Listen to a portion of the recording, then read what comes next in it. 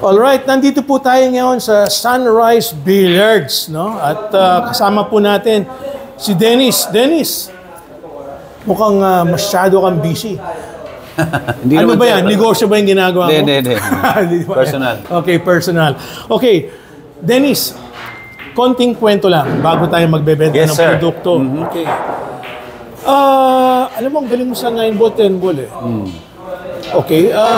Alam mo, pati yung mga tao nagtataka. Bakit ka nag-shift sa 8-ball? Siyempre sir, yung prize money, napakalaki. Malaki, no? Grabe ah. Napakalaki. Ang laki ng difference, ano? Malaki Kamukha difference. ni yung partner mo, si Cortesa. Yes. $10,000 ang pinanalo niya sa Turning Point. Pagdating sa Joy, barya lang yun. Barya lang. Talaga napakalaki. Okay. Baka sakali. O sige, Dennis, medyo gusto ko malaman dahil magtatayo ka ng negosyo mo, hindi ba? Yes. Ako nandito lang to guide you eh, di ba? Of course, salamat sir. O, magbebenta po ng mesa si Dennis, mga produkto, lahat po ng klaseng produkto, kina Predator, Q-Tech yan, lahat po, i-display nyo rin. 50 second yan, magdi-display yan. Yes. At abangan po nyo yung kanyang magiging tindahan. Robocop ba magiging pangalan ng tindahan mo? Yes. If ever? Possible yan sir, possible. Robocop. Yes. Robocop, Okay. yes. Okay, abangan po nyo. Umpisa natin sa ating Zingwe at saka sa Boju. Yes. O, presyo muna, Dennis. 120,000 ang ating Zingwe, Zingjo. Pareha lang po yun. Ano pang tawag doon? Zingjo. So guys, 120,000. Klaruhin ko lang po. Mesa lang po. Kasama ng ating tapete. So guys, hindi kayo magsisisi. Napakaganda. Quality. Made in China. Napakaganda po. Talagang hindi kayo magsisisi pag may makabili kayo dito. So, huwag niyong bilisan nyo na. Pag may oras kayo, message na kayo sa page ko, Dennis Robocop or Colio Facial. Of course, singit ko lang po ang pangalawang produkto, Bojo po. Bojo. Mas mura yan, Mas Dennis. mura po. Halagang 100,000. 100,000. Same thing, wala po akong bula. Ito lang po, tapete, tsaka mesa. Quality po din po. Kaso lang po, ang pinagkaiba ng mesang ito, Zingwe at Bojo, ay ito ay nauna pangalan. So, yun. Brand lang ang pinagkaiba. Brand lang pinagkaiba. Pero ang quality, napakaganda po. Okay, explain natin Yes. yung quality. Yung laman sa loob niya, may metal frame. May metal frame. Okay? Ang purpose po ng metal frame para maging matibay yung Gawa. yung gawa. Yes. Okay? Kahit po sampahan ng mga tao yan, hindi po Babagsak. Hindi po mababagsak yan. Okay. Yung cushion, okay? Importante po, kung magpapalit kayo ng tapete, let's say ayaw nyo bumili sa amin, kailangan po Black Premier K55. Ngayon, kung meron po kayong mas alam na tapeting mas maganda dyan, pwede naman kayong mag-message kay Robocop, sabihin gusto kong tapete, K99 eh. Meron ba nun? Wala yata eh. Kung meron, di hanapin Anong natin. meron? Oo, Yes. kung anong meron. Wala Yes. namang problema. Yes. Pwede tayong matuto sa mga bibili. Yes. Pero sa ngayon, ang alam natin, K55 is the best. Dahil dalawa yan 55 and K66. Yes.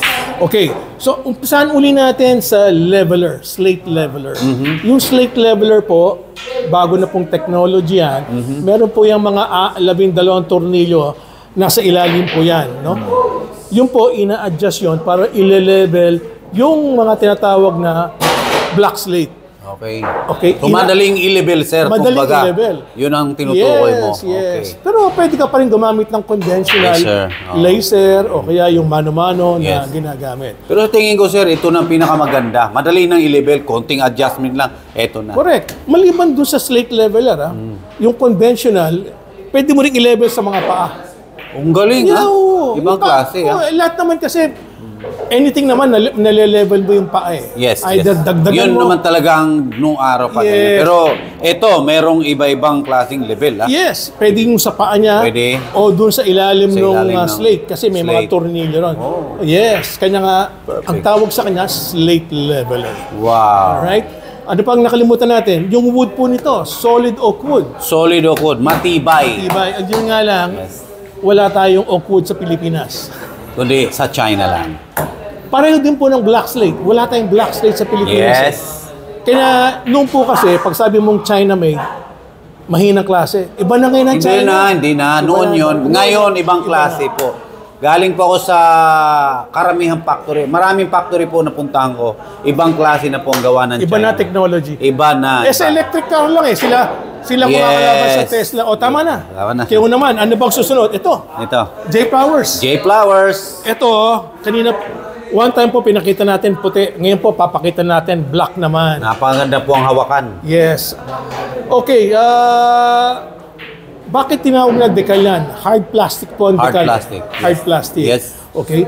Dahil si Dennis po, hindi binibigyan ng decal kasi para sa mga nagtitipid po to eh.